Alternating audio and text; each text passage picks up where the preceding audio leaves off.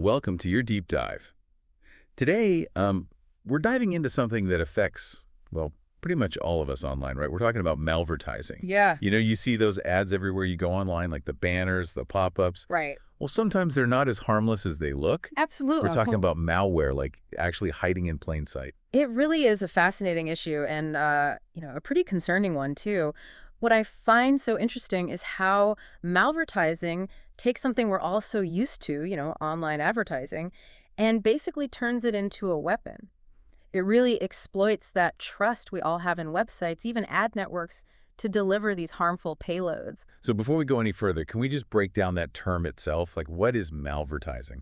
So malvertising, it's a pretty straightforward combination. Yeah. It's malicious and advertising all rolled into one. Makes sense. And basically, it's using online ads to spread malware. And this isn't just those annoying pop-ups you might remember from the, early days of the internet. Malvertising, it's evolved into like this really sophisticated method, They're injecting malicious code into ads that look totally legit. Yeah. And these end up on websites that, you probably visit every day. So how do these attackers actually get their malware into those ad networks in the first place? Well, there are a few ways they can infiltrate the system, right? Yeah. Sometimes they compromise the server, Oh, wow. the servers that host the ads. Other times they'll impersonate legitimate advertisers and slip their malicious code right into the mix. And once they're in, well, those ads get distributed across the entire network, and they could very well end up, on your screen. You mentioned that malvertising has become so much more sophisticated. How has it evolved, like from those early days of those simple pop-ups we talked about? Okay, so picture this. You're searching for, let's say, a flight deal online. Bam. Attackers can use that search data Yeah. like, to target you specifically, like with a fake airline ad, but it looks totally real. It might even offer you like a tempting discount. But when you click on it, it downloads malware that's disguised as a coupon code. That's scary. And this is just one example of how malvertising has become so incredibly targeted and effective. That's really scary. They're using the same data that makes online advertising so effective.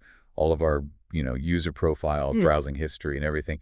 They're using all of that to target their attacks. Exactly. In the past, these attacks were more random, just hoping to catch anyone off guard. Right. But now we're seeing these highly targeted campaigns.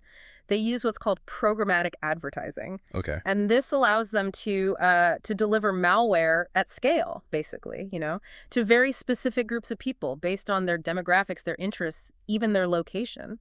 So they're basically weaponizing like the precision of online advertising. Exactly. What other tactics do they use? Well, one of the most common tactics is called a drive-by download.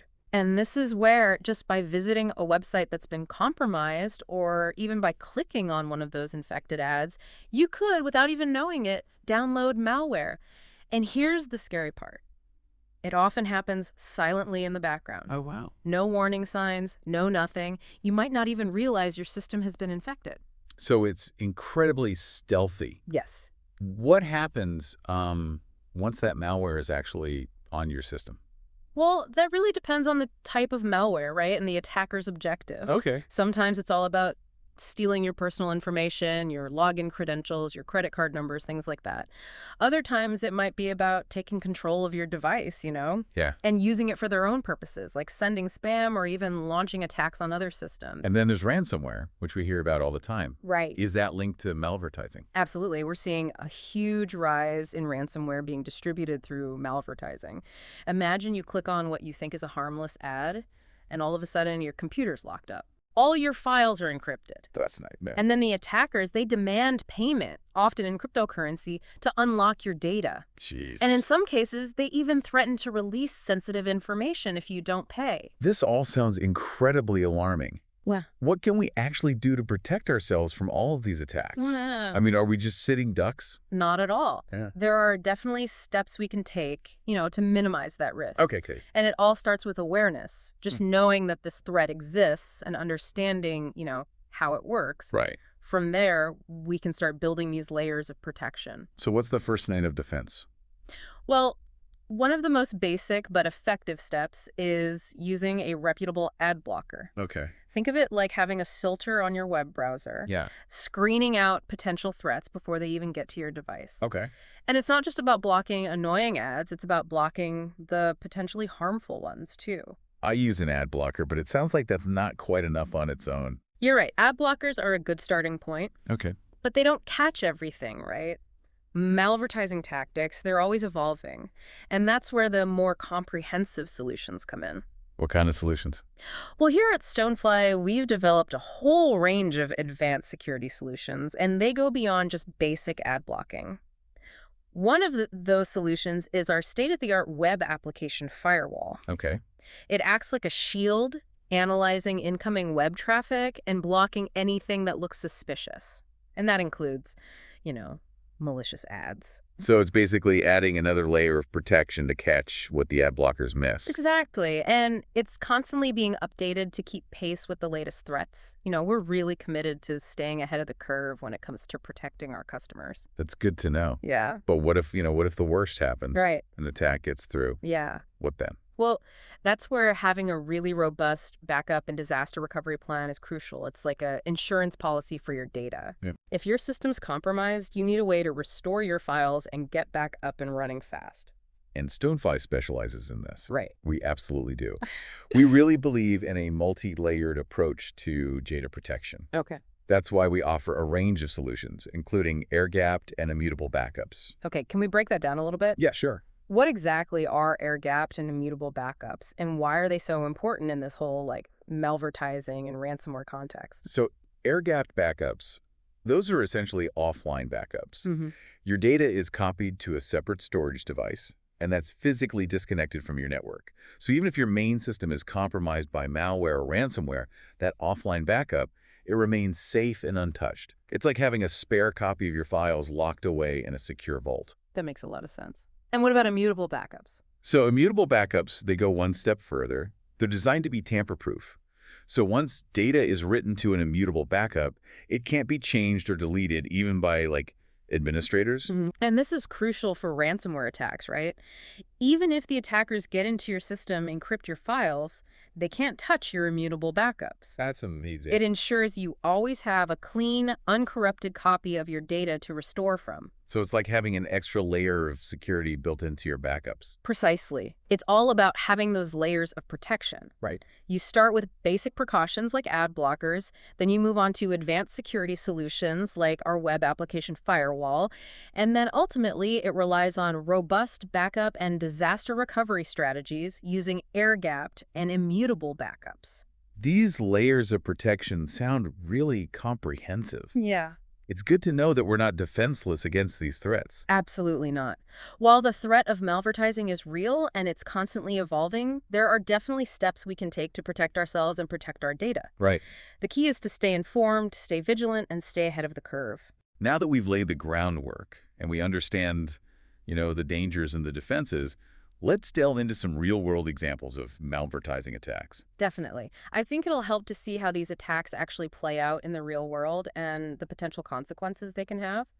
One recent case involved a popular file transfer tool called WinSCP. Users searching for the download, they were tricked by malicious ads into downloading malware. Oh, wow. The attackers actually created these fake websites that looked almost identical to the real WinSCP site, complete with, authentic-looking branding, download links, the whole 9 yards. So these users thought they were getting the real deal, Exactly. but ended up with malware instead. They clicked on those links thinking, okay, I'm downloading this software.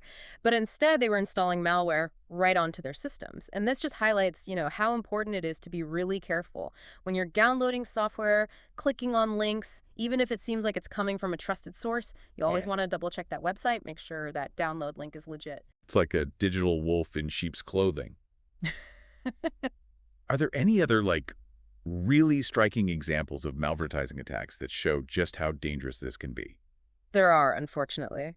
Another recent campaign targeted Brazil's instant payment system called PIX. Right. Attackers used malvertising to distribute malware that was specifically designed to target users of this system. Wow. And the malware was designed to steal clipboard data. Oh, no. Yeah, this allowed the attackers to redirect payments to their own accounts. So they were hijacking people's financial transactions. That's right. And this case really shows how malvertising can impact, not just individuals, but businesses and financial institutions as well. The reach of these attacks, it's vast. It affects, a whole range of targets. These examples are really eye-opening. It's clear that this is a threat that everyone needs to take seriously, like on a personal level, but on an organizational level too. I completely agree. But, I want to reiterate that we are not powerless against this threat. By understanding the risks and taking proactive steps to protect ourselves and using the right security solutions, we can really significantly reduce our chances of becoming a victim. Speaking of solutions, you mentioned that Stonefly offers web application firewalls as part of its security suite. Can you tell us a little bit more about how a web application firewall works and how that can help protect against these, evolving malvertising threats? Absolutely. A web application firewall, or WF, it's like a specialized security guard, right, for your website or your web application. It acts as this barrier between the outside world and your sensitive data. It's analyzing incoming web traffic in real time to identify and block malicious requests. And that includes the ones, originating from malicious ads. So it's like having an extra layer of scrutiny, catching threats that, might slip through the cracks of other security measures. Exactly.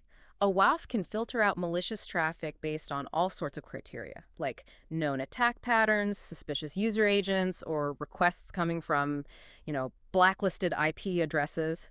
It can also protect against specific vulnerabilities that are commonly exploited by malvertising attacks, like cross-site scripting and SQL injection. Okay, I'm starting to understand the importance of having a WAF in place. But how do immutable backups fit into this whole security picture? Okay, so imagine this scenario, right?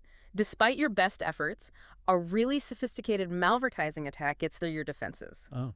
The malware deploys ransomware, encrypts all your critical files, and demands a ransom for the decryption key. That's the nightmare scenario. It is. But this is where immutable backups become your lifeline. Okay, I can see how that would be a critical moment. So how do immutable backups help in this situation? Well, because immutable backups can't be altered or deleted once that data is written, they remain completely untouched by the ransomware. This means you have a pristine, uncorrupted copy of your data that you can safely restore from. You're basically turning the tables on the attackers. So you avoid paying the ransom and minimize downtime by just restoring your data from the immutable backups. Exactly. You regain control of your data and your business operations without giving in to the attacker's demands. So it's not just about protecting data, but also ensuring business continuity. That's precisely it. Immutable backups are a crucial part of any comprehensive disaster recovery plan, especially these days where ransomware attacks are becoming so common. That makes a lot of sense. Now, shifting gears a bit, let's talk about the future of malvertising. What new trends and challenges should we be prepared for? One trend we're monitoring closely is the increasing use of artificial intelligence, AI, in malvertising attacks. AI in malvertising. That sounds like something straight out of a sci-fi movie. It might sound futuristic, but it's becoming a reality. Attackers are using AI to automate their attacks, making them more efficient and harder to detect. For example, they can use AI to analyze vast amounts of data to pinpoint potential targets, craft personalized phishing emails or malicious ads that look legitimate, and even learn how to bypass traditional security measures. So it's like giving these cybercriminals a superpowered toolkit. In a way, yes, but remember, AI is a double-edged sword.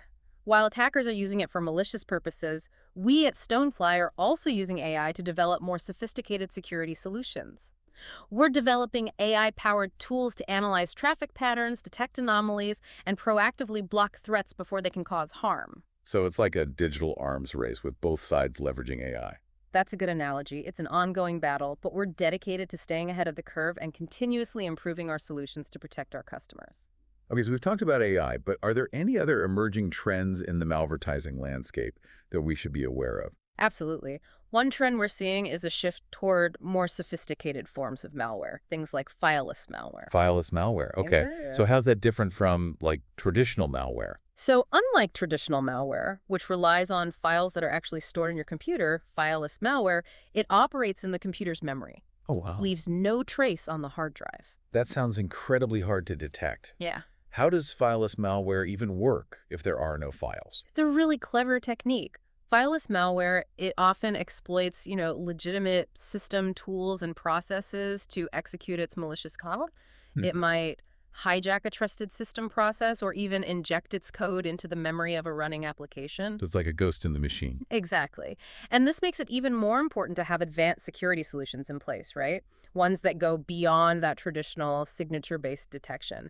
They need to be able to analyze behavior and anomalies in real time. Right.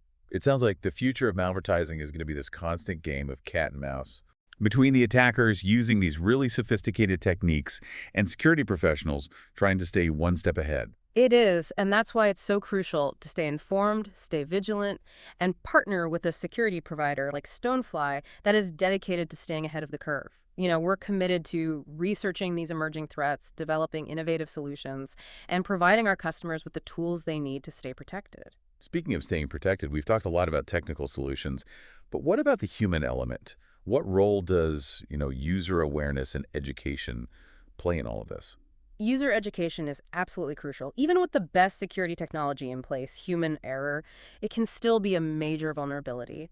It's so important to educate users about the risks of malvertising and to train them on how to, identify and avoid suspicious content. So what are some practical tips that our listeners can use to improve their own awareness and, protect themselves from falling victim to these attacks? One simple but effective tip is to be really cautious about the ads you click on, right?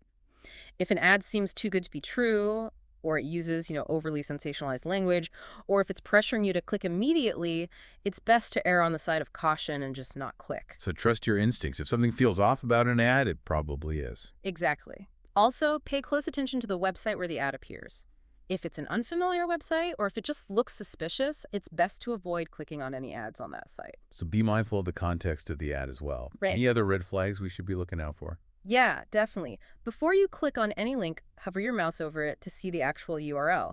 If it looks suspicious or it doesn't match the advertised website, don't click.